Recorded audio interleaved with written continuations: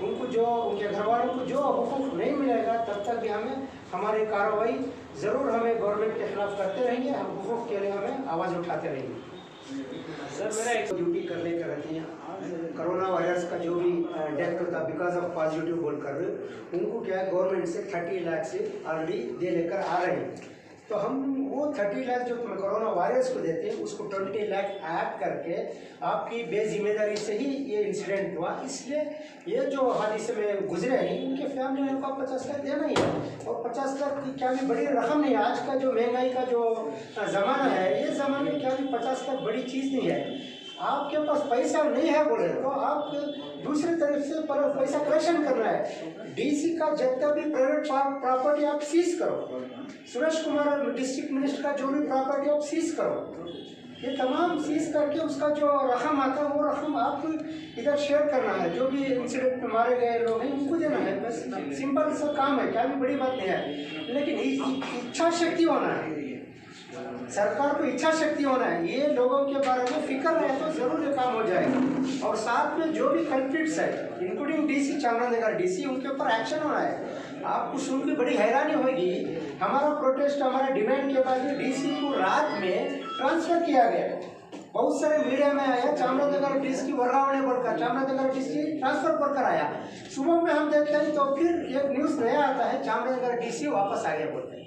क्या इसका मतलब? मैं ये प्रेस कॉन्फ्रेंस के मैं जरिए में पूछना चाहता हूँ, चामराजनगर डीसी से भी पूछना चाहता हूँ और चामराजनगर डीसी के पास जो कैश लिया ना करप्शन के नाम पर, उनको भी पूछना आप कितना पैसा लिए डीसी को बचाने के लिए, चामराजनगर में डीसी को कंटिन्यू करने के लिए। येडियुरप्पा जी को मैं पूछना चाहता हूँ आप कितना पैसा लिए। सुरेश कुमार में डिस्ट्रिक्ट मिनिस्टर को मैं पूछना चाहता हूँ आप कितना पैसा लिए। वो हमारा member of parliament Srinivas Prasad Dalit community का अपने आप को बड़ा लीडर बोलने वाला, कौम का लोग मोर देन 50% मरे हैं यार। आपको मैं पूछना चाहता हूँ आप कितना पैसा लिए इसको डीसी को इधर कंटिन्यू करने के लिए चामराजनगर में? ऐसा बिल्कुल करें ही बोला तो गलत है। आइंदा ऐसा देखकर हमें खामोश बैठने वाले नहीं। ये लोगों को हुकूक दिलाने के लिए हम आगे ज़रूर जाएंगे। और एक बात भी क्लियर कर लेना चाहिए हमारे अवाम को, स्पेशली हमारे रियासत कर्नाटक की आवाम को मैं क्लियर करना चाहता हूँ, ये इधर कांग्रेस का भी बहुत बड़ा रोल है। सिर्फ ये बीजेपी वालों का नेग्लिजेंस ही नहीं है। चामराजनगर में जो हादसा वहाँ तो कांग्रेस का एमएलए है, पुटन शेट्टी है, उसकी भी जिम्मेदारी थी। वो ये ऑक्सीजन सप्लाई हो रहा नहीं हो रहा रिव्यू मीटिंग करना था एक दिन पहले जाके, वो कुछ भी रिव्यू मीटिंग नहीं किया। वो तो खुद डर कर घर में था, कभी भी कोरोना के माहौल में लॉकडाउन के माहौल में बाहर नहीं आए, इसलिए वो बड़ा हादसा हो गया। शायद एक दिन पहले आके बैठ के डीसी के साथ डीएचओ के साथ बैठ के क्या हो रहा है, सप्लाई हो रहा है नहीं हो रहा, क्या प्रॉब्लम है, ये तमाम चीज़ों का रिव्यू होता तो शायद ऑक्सीजन सप्लाई हो जाता था। आज ये बेवा औरत हमारे साथ बैठने की जरूरत नहीं पड़ती है, प्रेस कॉन्फ्रेंस की जरूरत नहीं होती थी। और यहाँ पर मैं बोलना चाहता हूँ कांग्रेस का भी सेम उतना ही जिम्मेदारी है जितना बीजेपी का है। आपका मानना है कि कांग्रेस तो पहले से उनका एक बड़ा इतिहास ही है ना, वो इतिहास ही है। लेकिन ये इंसिडेंट में भी सेम है, कंटिन्यू है, दोनों मिलकर ही आगे जा रहे हैं। आज तक कांग्रेस के लोग कभी भी क्या है डीसी के खिलाफ कार्रवाई की डिमांड नहीं किया, इंक्लूडिंग सिद्धरामैया तो उधर चामराजनगर को विजिट दिए थे। क्या बोले वो आके?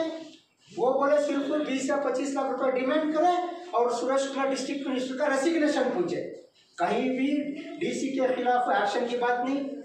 गवर्नमेंट ऑफिसर जो नेग्लिजेंस करे अपनी ड्यूटी करने के वक्त उनके ऊपर कार्रवाई की बात ही नहीं करते कांग्रेस के लोग।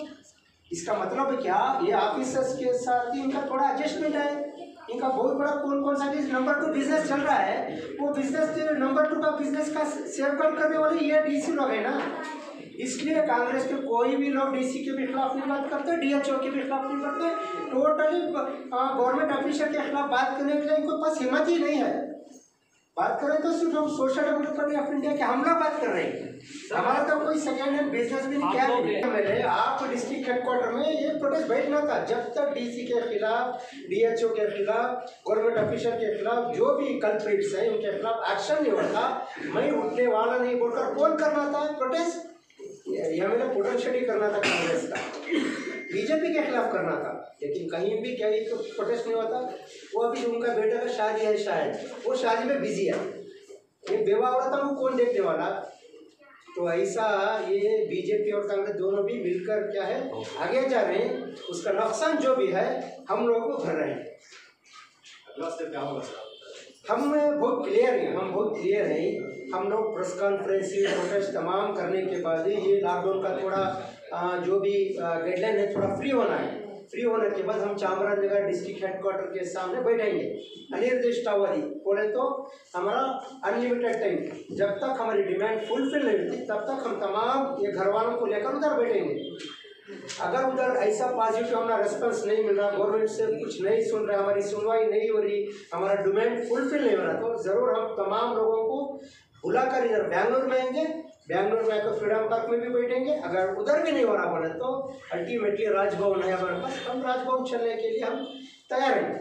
जो भी होगा हम फेस करने के लिए तैयार हैं। बस आपका हमें ताउन की ज़रूरत है। मीडिया का एक बहुत बड़ा रोल है, हमारी जितनी सोशल रिस्पॉन्सिबिलिटी है, मैं समझता हूँ उससे भी ज़्यादा आपकी भी रिस्पॉन्सिबिलिटी है। आप लोगों से रिक्वेस्ट है, ये जो बहनें जो उनकी दर्द को इधर सुनाए हैं, आप इसे ज़्यादा से ज़्यादा दिखाइए ताकि लोगों में बेदारी आए, लोग भी ये मूवमेंट के साथ जुड़ जाए। शुक्रिया। ऑलरेडी बोले हैं शायद, और एक बार मैं कन्नड़ा में तो बोला था, उर्दू में देना ही है। साथ में एक जितने भी डेथ्स हुए हैं उसमें SC/ST का मोर देन 50% है, और SC/ST एट्रॉसिटी का जो कानून है वो कानून में प्रोविजन भी है गवर्नमेंट जब देना बोलकर, उसको कंटिन्यू करते हुए जितने भी लोग उनका फैमिली के मरे हुए हैं, उनका बीवी या बहन वो तो क्वालिफाइड लोग हैं, शी ऑल्सो BEd है, नो भी क्वालिफाइड लड़की है, तो इनको गवर्नमेंट जॉब देने के बाद उनका ज़िंदगी में थोड़ा सुधार आ जाएगा, वो तो देना ही है। बेसिक का हमारा डिमांड है वो भी है। ಏನು ಮಾಡಬೇಕು ಅನ್ನೋ ಪರಿಸ್ಥಿತಿನೇ ಇಲ್ಲ ಸರ್, ಬಂದು ನಮ್ಮ ಮನೆಗೆ ಭೇಟಿ ಕೊಡುತ್ತವೆ ಅಂತ ನಾನು ಅವ್ರನ್ನೇ ಕೇಳ್ಕೊಂಡು ಅವ್ರ ಸಂಸ್ಥೆಯವರೇ ನನಗೆ ತುಂಬ ಹೆಲ್ಪ್ ಮಾಡ್ತಾ ಇದ್ದಾರೆ ಸರ್। ಅದರಿಂದ ನೀವೆಲ್ಲ ನೀವು ಇದ್ರ ಬಗ್ಗೆ ಎತ್ತಿ ಹಿಡಿದ್ರೆ ನಮ್ಮಂಥವ್ರಿಗೆ ಪರಿಹಾರದ ಜೊತೆಗೆ ಒಂದು ಉದ್ಯೋಗನೂ ಕೊಡಿಸ್ಬೋದು ಸರ್। ನನ್ನ ಚಿಕ್ಕ ಮಕ್ಕಳು ತುಂಬ ಚಿಕ್ಕ ಮಕ್ಕಳು ಸರ್, ಒಬ್ಳಿಗೆ 7 ವರ್ಷ ಒಬ್ಳಿಗೆ 5 ವರ್ಷ, ಅವ್ರ ವಿದ್ಯಾಭ್ಯಾಸ ಅಲ್ಲಿ ಅವ್ರು ಏನೇ ಕೇಳಿದ್ರು ಕೊಡಿಸೋ ಪರಿಸ್ಥಿತಿಲಿ ನಾನಿಲ್ಲ। ನನ್ನ ಗಂಡ ನನ್ನ ಜೊತೆಯಲ್ಲಿ ಇದ್ದಿದ್ರೆ ನಮ್ಗೆ ಅದಕ್ಕಿಂತ ಜಾಸ್ತಿ ಇರ್ಬೋದು। ಇವಾಗ ಇವರು ಬೇಡಿಕೆ ಇಟ್ಟಿರೋ ದುಡ್ಡನ್ನ ನಮ್ಮ ಯಜಮಾನ 1 ವರ್ಷಕ್ಕೆ ಸಂಪಾದನೆ ಮಾಡ್ಕೊತಿರೋ, ಅದ್ರ ಜೊತೆಗೆ ಅವ್ರ ಮಕ್ಕಳಿಗೆ ಪ್ರೀತಿನೂ ಸಹ ಕೊಡ್ತಿರೋ ಸರ್। ಇವಾಗ ತಂದೆ ಪ್ರೀತಿ ಇಲ್ಲ, ಊಟ ಮಾಡಬೇಕಾದ್ರೆ ತಂದೆ ಕೇಳ್ತಾರೆ ಸರ್, ನಮ್ಗೆ ಎಲ್ಲಿಂದ ತಂದು ಕೊಡ್ತಿರ್ತಾರೆ, ರಾತ್ರಿನೂ ಅಪ್ಪ ಇಲ್ಲ ನಮ್ಗೆ ಅಪ್ಪ ಬೇಕು ಅಂತ ಕೇಳ್ತಾರೆ ಸರ್। ನಾನೇನು ಮಾಡೋ ಪರಿಸ್ಥಿತಿಯೂ ಇಲ್ಲ, ಈ ರೀತಿ ಜೀವನ ಬರುತ್ತೆ ನಾನು ಯೋಚನೆ ಮಾಡಿದ್ದಿಲ್ಲ ಸರ್। ಅದರಿಂದ ನನ್ನ ಗಂಡನ ಸಾವಿಗೆ ಯಾರು ಕಾರಣ ಅವ್ರಿಗೆ ಶಿಕ್ಷೆ ಕೊಡಲೇಬೇಕು ಸರ್।